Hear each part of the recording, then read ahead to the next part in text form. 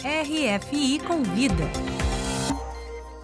Depois de colocar a legalização e o uso medicinal da maconha no centro do debate no Brasil, o neurocientista e biólogo brasileiro Siddhartha Ribeiro passa a defender essa tese também aqui na França. Seu livro As Flores do Bem, a ciência e a história da libertação da maconha, lançado no Brasil em 2023, acaba de ser traduzido e publicado na França pela editora Anacaona. Siddhartha Ribeiro veio a Paris para o lançamento do livro e é o nosso convidado de hoje. Bem-vindo ao RFI Convida, Siddhartha. Obrigado, Adriana. É um prazer estar aqui contigo e com o público da RFI. Siddhartha, o Brasil, como você escreve no primeiro capítulo deste livro, está muito atrasado em relação a esse debate, apesar de alguns avanços conquistados. Qual o interesse de lançar esse livro também aqui na França? A França está ainda mais atrasada do que o Brasil. A França continua com um grande pânico moral em torno da maconha, da maior parte dos constituintes da maconha, a exceção feita a uma molécula chamada canabidiol, que já está legalizada aqui. Existe uma percepção pública na França de que maconha não é uma planta medicinal, de que ela é uma coisa extremamente perigosa. E isso é perigoso para a sociedade francesa porque promove superencarceramento com viés racial, e acho que esse livro pode ajudar a oxigenar esse debate. Mas no Brasil ainda não tem essa percepção de que a maconha é potencialmente perigosa? Todas as substâncias são potencialmente perigosas, todas as substâncias têm grupos de risco. Nem todo mundo pode consumir álcool, nem todo mundo pode consumir leite. Isso não quer dizer que a gente deva proibir o álcool ou o leite. No Brasil, houve uma grande transformação na opinião pública nos últimos 10 anos. E hoje, a maior parte das pessoas, 2/3 da população, pelo menos, são a favor do uso medicinal da maconha e não apenas de uma molécula da maconha. Por outro lado, ainda existe pânico moral e muitas pessoas consideram que é plenamente legítimo utilizar a maconha para curar algum tipo de dor ou doença, mas não é legítimo consumir maconha para escutar música. No Brasil, a questão do consumo medicinal da maconha passa também, a legalização desse consumo, pela justiça. Passa pela justiça, muitas pessoas têm autorização judicial para fazer o plantio em casa. É o meu caso, inclusive, eu utilizo a maconha, o óleo de cannabis de modo terapêutico. Mas eu diria que houve um imenso avanço no Brasil, de fato, não apenas por essas iniciativas individuais, mas por iniciativas coletivas, através das associações de pacientes, de familiares de pacientes, mães, pais, avós, que se engajaram politicamente para conquistar o direito de defender a legalização da maconha e, de fato, conquistaram o direito de fazer um plantio. Hoje é possível fazer um plantio de ter até 6 plantas fêmea em casa sem ser considerado um traficante.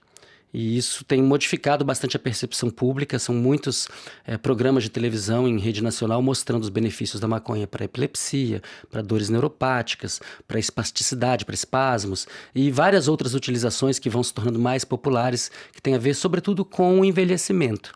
A maconha, como eu digo no meu livro, a não ser em casos de indicações médicas, ela não é para jovens, ela é para adultos e sobretudo para idosos. Pois é, como você diz no seu livro, citando inclusive muitas pesquisas, a maconha, ao contrário do que se pensa, não faz mal, os benefícios são enormes e você inclusive diz que a cannabis representa para a medicina do século XXI o que os antibióticos representaram para o século XX.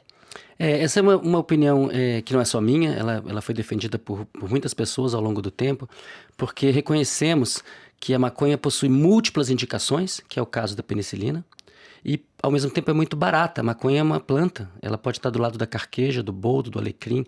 As pessoas podem e devem utilizar a maconha de maneira terapêutica e de uma forma fitoterápica, não necessariamente passando pela indústria. Isso não quer dizer que ela seja uma panaceia, que ela seja boa para todo mundo. Assim como você pode fazer um bom uso da penicilina, você pode fazer um mau uso da penicilina. Isso é o caso da cannabis e o livro entra em bastante detalhes sobre esses grupos de risco que devem sim ser protegidos, seja de uma maconha com altos teores de THC ou com baixos teores de CBD, porque as pessoas são diferentes, né? As nossas genéticas e também nossas histórias de vida são diferentes, e assim também as maconhas. Não há uma única variedade de maconha, são centenas, talvez milhares. O livro busca, portanto, esclarecer o debate para que a gente saia do proibicionismo tacanho, que causa tanto mal à sociedade, com essa guerra contra a maconha, que na verdade é uma guerra contra pessoas vulneráveis, e que a gente possa caminhar para uma visão mais científica, que aliás é a posição da sociedade brasileira para o progresso da ciência, de que essa substância ela é de fato uma herança maravilhosa de nossos ancestrais, uma invenção humana feita para satisfazer necessidades humanas e que precisa de uma boa regulação. A maconha ela é benéfica para muitas pessoas e, assim como toda substância, existem algumas pessoas que não deveriam ter contato com certas formas dela. E a única forma que a gente tem de proteger os cidadãos é esclarecendo cientificamente esse debate. E os excessos não são bons, independentemente do produto. Qualquer produto em excesso faz mal. Tudo demais é muito. E como você disse, a questão da proibição é histórica, ela tem explicações históricas, e você disse que ela está baseada em uma discriminação de raça e de classe. Com certeza. A maconha foi proibida por iniciativa dos Estados Unidos com uma ajuda providencial do Brasil e do Egito. Nos anos 20, estavam fazendo o debate da proibição do ópio, e os Estados Unidos queriam proibir a maconha por razões comerciais. Por um lado, tirar o cânhamo do mercado para abrir espaço para o algodão e depois o nylon. E, por outro lado, questões raciais, né? Criminalizar populações negras e, no caso dos Estados Unidos, mexicanos. No Brasil, isso teve muito eco, porque a elite patriarcal branca dominante queria embranquecer o Brasil e queria que aqueles homens e mulheres negros e negras que terminavam o dia e faziam o seu uso do pito de pango, que era o nome que a maconha recebia, deixasse de fazê-lo porque não estavam disponíveis para mais trabalho. Então, uma justificativa extremamente racista, extremamente exploradora desse capital humano tão aviltado, e que persiste até hoje, porque existe um pânico moral em torno da maconha, porque ela deixa as pessoas preguiçosas. Então, qual que é o problema da pessoa trabalhar o dia inteiro, chegar em casa e relaxar? Não, ela vai ficar preguiçosa. Evidentemente que isso tem um cunho racista.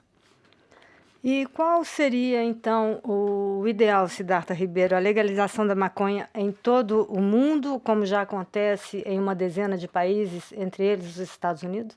É uma tendência global. A maconha é uma planta milenar. Ela tem 12 mil anos de coevolução com seres humanos. Foram nossos ancestrais lá na China, depois na Índia, depois se espalhando pela Pérsia, chegando à Turquia, chegando ao norte da África, à Europa e depois à América.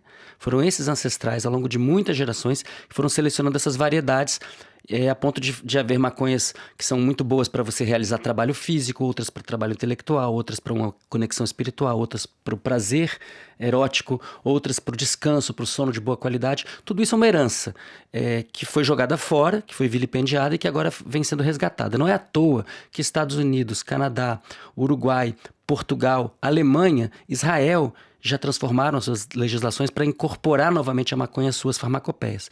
E a França é um país muito importante para o avanço do pensamento global. A França não pode se manter na posição que está hoje.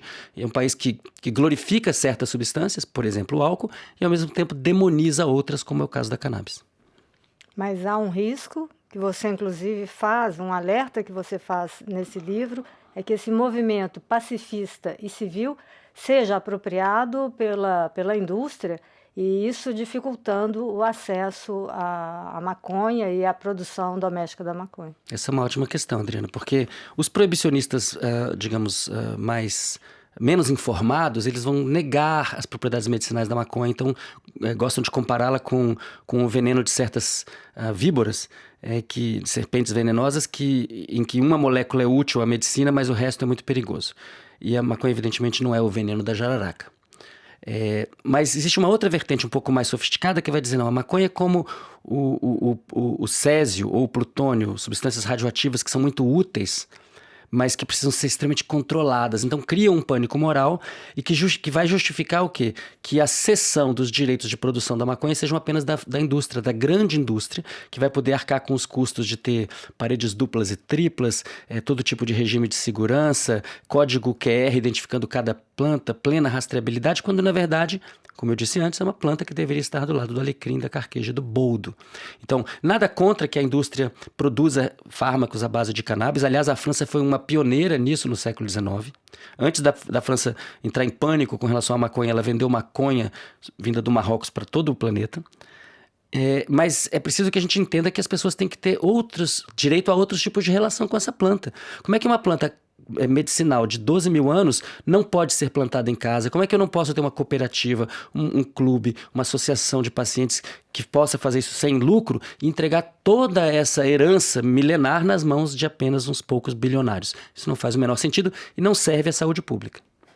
Uso medicinal, mas também uso recreativo. Com certeza. Eu faço essa problematização no livro. A maconha, ela produz um relaxamento, ela produz um certo tipo de estado de contemplação que é muito adequado às artes, à filosofia, à poesia, ao contato humano, à música, como eu falo muito do Louis Armstrong, como foi importante na própria invenção do improviso no jazz. E de certa maneira, isso mostra como que nós temos uma carga pesada de culpa cristã. Porque como é que pode a maconha ser aceita como remédio, mas não ser aceita como algo que pode melhorar a sua experiência vendo um filme, por exemplo, assistindo uma peça de teatro, conversando com uma amiga, com um amigo? Então existe um pânico moral, que é moral mesmo, que diz respeito a proibir o prazer, a proibir as coisas que são gostosas. Eu gosto de dizer, aquilo que é recreativo já é em si um pouco terapêutico. Muito obrigada, Siddhartha Ribeiro, Prazer. deste livro, As Flores do Bem, que acaba de ser traduzido em francês pela editora Anacaona. Muito obrigada, Siddhartha. Muito obrigado, Adriana.